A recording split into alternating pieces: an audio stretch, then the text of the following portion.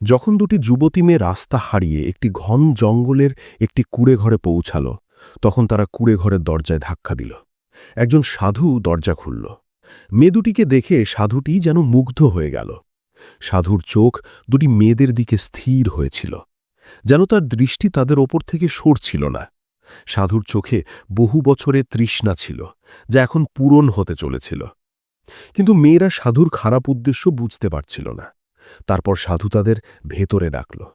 এরপর যা ঘটল তা কেউ কল্পনাও করতে পারেনি। বাগদাদের এক দূরবর্তী জঙ্গলে ঘন গাছের মাঝে একটি ভাঙা কুঁড়ে ঘর ছিল। সেই নির্জন জায়গায় বাস করত এক ৭০ বছর বয়সী বৃদ্ধ সাধু, যাকে লোকে বাবা জাহিদ বলে জানত।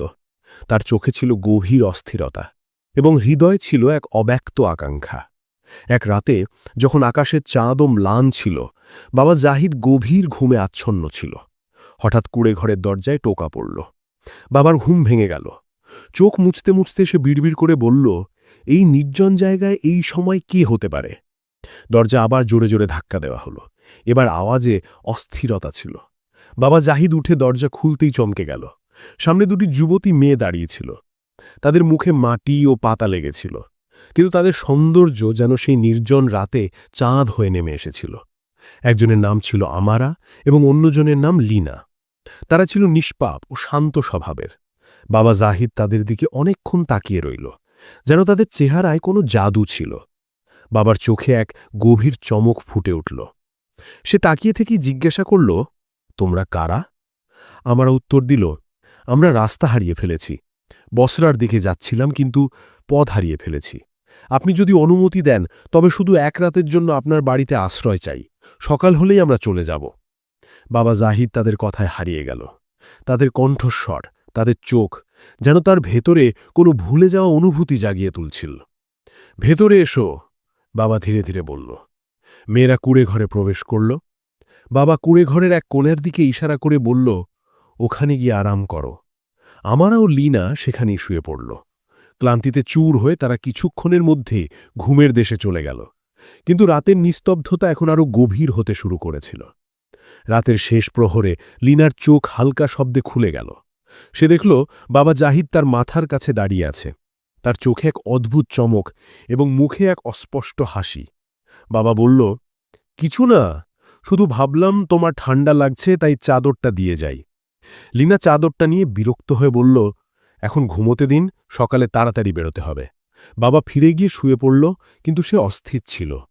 নিজের সাথে কথা বলতে বলতে বিড়বিড় করে বলল, সকালে চলে যাবে আর কখনো ফিরবে না? না, আমি এমনটা হতে দেব না। যে কোনো উপায়ে এদের আটকাতে হবে। তার চোখে এখন এক বিপজ্জনক ষড়যন্ত্র দানা বাঁধছিল। সকাল হলে লিনা বলল, আমাদের আটকানোর চেষ্টা করবেন না, আমাদের দেরি হচ্ছে। বাবা বলল, এ তো ঘন জঙ্গলে, তোমরা দুটি যুবতী মেয়ে একা কোথায় যাবে? এখানে জীবজন্তুও ঘুরে বেড়ায়, যদি কোনো ক্ষতি হয়। তার কণ্ঠে চিন্তার চেয়েও বেশি চালাকি ফুটে উঠছিল। এবার মেয়ে দুটি পুরোপুরি নিশ্চিত হয়ে গেল যে এই সাধু এখন তাদের সাহায্যকারী নয়, বরং তাদের বন্দী করে রাখতে চায়। লিনা ধীরে ধীরে আমারার দিকে তাকাল। আমার একটা গভীর শ্বাস নিয়ে বলল, আমাদের কাছে আর কোনো উপায় নেই। এক রাতেরই তো ব্যাপার, থেকে যাই। কিন্তু এবার পরিষ্কার করে বলে দিচ্ছি, এটাই শেষ রাত হবে। আমরা কঠোরভাবে বাবা জাহিদকে বলল, শুনুন, আমরা আজকের রাতটা থাকব, কিন্তু কাল সকালে কাফেলা আসুক বা না আসুক, আমরা বেরিয়ে যাব। বাবা জাহিদ হালকা হেসে মাথা নাড়ল।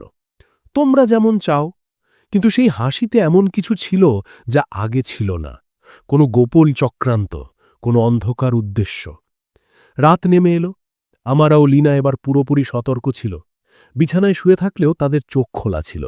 প্রতিটি শব্দে তাদের মনোযোগ, প্রতিটি ছায়ার ওপর তাদের নজর। তারা ফিসফিস করে একে অন্যের সাথে কথা বলছিল। বাবা জাহিদ নিজের জায়গায় শুয়েছিল, কিন্তু তার দৃষ্টি তখনও সেই কোণার দিকেই ছিল। যখন রাতের শেষ প্রহর এলো এবং বাবার মনে হলো যে মেয়েরা এখন গভীর ঘুমে আচ্ছন্ন, সে ধীরে ধীরে উঠল। প্রথমে আমারার কাছে গেল। তার পাশে বসে খুব নরমভাবে তার হাতটা নিজের বুকের সাথে লাগিয়ে অনেকক্ষণ ধরে তাকে দেখতে লাগল। আমারা এক ঝটকায় হাত ছাড়িয়ে মুখ ফিরিয়ে নিল। বাবা এবার অন্যদিকে লিনার কাছে গেল। তার পাশে বসে তাকে অনেকক্ষণ ধরে দেখতে লাগল এবং তারপর তার কপালে একটি নরম চুম্বন দিল। লিনা ভয় পেয়ে গেল। সে পাশ ফিরে মুখ নিচু করে নিল, কিন্তু কিছু বলল না। বাবা চুপচাপ উঠে গিয়ে নিজের বিছানায় শুয়ে পড়ল। সকালের প্রথম কিরণ যখন কুঁড়েঘরের দেওয়াল ভেদ করে ভেতরে এলো, আমারা ও লীনা তখনও জেগেছিল। তাদের মুখে ঘুমের ছাপ ছিল না, বরং ভয় ও অস্থিরতার ছায়া ছিল। এবার তারা কোনো প্রশ্ন করল না, কোনো বিদায় চাইল না, শুধু উঠে চুপচাপ বেরিয়ে যেতে লাগল। যেই তারা কুঁড়েঘরের দরজা পার হল, লীনার চোখ এক কোণায় বসে থাকা এক ব্যক্তির ওপর পড়ল। সেখানে কেউ ছিল, এক যুবক, অত্যন্ত শান্ত, উজ্জ্বল মুখ, পরিষ্কার ও পবিত্র পোশাক পরা, কিন্তু তার মুখ অন্যদিকে ঘোরানো ছিল। আমারাও থেমে গেল। সে কাঁপা কাঁপা গলায় জিজ্ঞাসা করল, তুমি কে? যুবকটি ধীরে ধীরে তার মুখ তাদের দিকে ফেরাল। পরের মুহূর্তেই আমারা ও লীনার পায়ের তলা মাটি সরে গেল। ইয়া আল্লাহ! আমারা চিৎকার করে উঠল, এ তো আমাদের স্বামী! তারা দুজনেই ছুটে গিয়ে তার গলা জড়িয়ে ধরল। তাদের চোখ থেকে ঝর্ণার মতো অশ্রু বইতে লাগল। সেই মুহূর্তটা কোনো অলৌকিক ঘটনার চেয়ে কম ছিল না। তুমি এখানে কিভাবে? আমরা কি কোনো স্বপ্ন দেখছি? লীনা কাঁপা কাঁপা গলায় জিজ্ঞাসা করল। যুবকটি তাদের নিজের বাহুতে জড়িয়ে রেখে বলল, না, এটা স্বপ্ন নয়, সত্যি। আমি ফিরে এসেছি। তাদের খুশির কোনো সীমা ছিল না। আমারা জিজ্ঞাসা করল, তুমি ছিলে কোথায়, আর এই বাবা জাহিদের কুঁড়েঘরে কিভাবে পৌঁছালে? তাকে আমাদের একদমই ঠিক মনে হয়নি। তুমি কি তাকে চেনো? যুবকের চোখে এখন কোনো রহস্য ছিল না, কেবল স্বস্তি। সে ধীরে ধীরে বলল, আগে বাবা জাহিদকে ডেকে আনো, দেখো সে কোথায়। আমারাও লীনা কুঁড়েঘরে প্রতিটি কোণায় তাকে খুঁজতে লাগল, কিন্তু সে কোথাও ছিল না, না বাইরে না ভেতরে। ফিরে এসে তারা বলল, সে তো উধাও হয়ে গেছে, মনে হচ্ছে যেন বাতাসে মিশে গেছে। যুবকটি একটি গভীর শ্বাস নিয়ে বলল, সাধু কোথায় গেল এখন তোমরা নিজেরাই বুঝতে পারবে। কিন্তু তার আগে তোমরা কি জানতে চাও না যে আমি এতদিন কোথায় ছিলাম? দুই বোন একসাথেই মাথা নাড়ল। বলো, সবকিছু বলো। এবার গল্পের সবচেয়ে বড় রহস্যের পর্দা উঠতে চলেছিল। যুবকটি বলতে শুরু করল, সেই দিনটা আমার আজও মনে আছে। আমি বাজার থেকে বাড়ি ফিরছিলাম।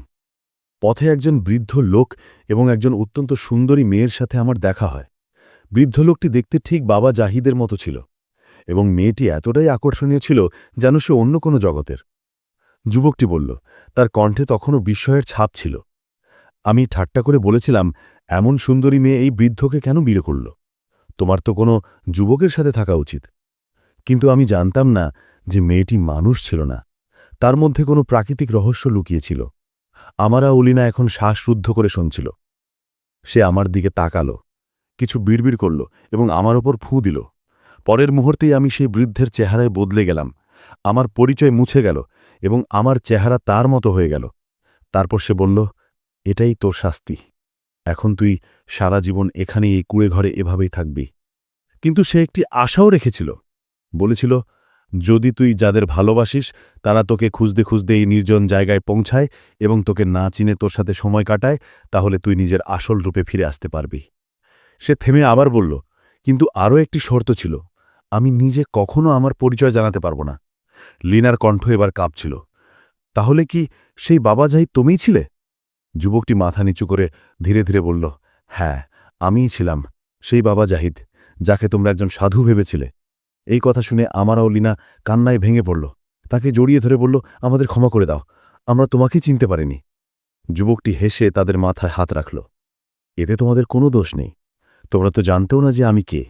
তোমাদের হৃদয়ে খাঁটি ছিল, উদ্দেশ্য পবিত্র, আর এই সত্যই আমার শাস্তিকে ভেঙে দিয়েছে। এই অদ্ভুত শর্ত শুনে দুই বোনের মুখে ভয়ের রেখা ফুটে উঠল। তারা একে অপরের দিকে তাকাতে লাগল। তাদের মুখে বিভ্রান্তি, ভয় ও সন্দেহের ছাপ স্পষ্ট ছিল। আবার কোনো চাল? আমরা মনে মনে ভাবল, এই রাত্রেও কি সেই একই ঘটনার পুনরাবৃত্তি করবে?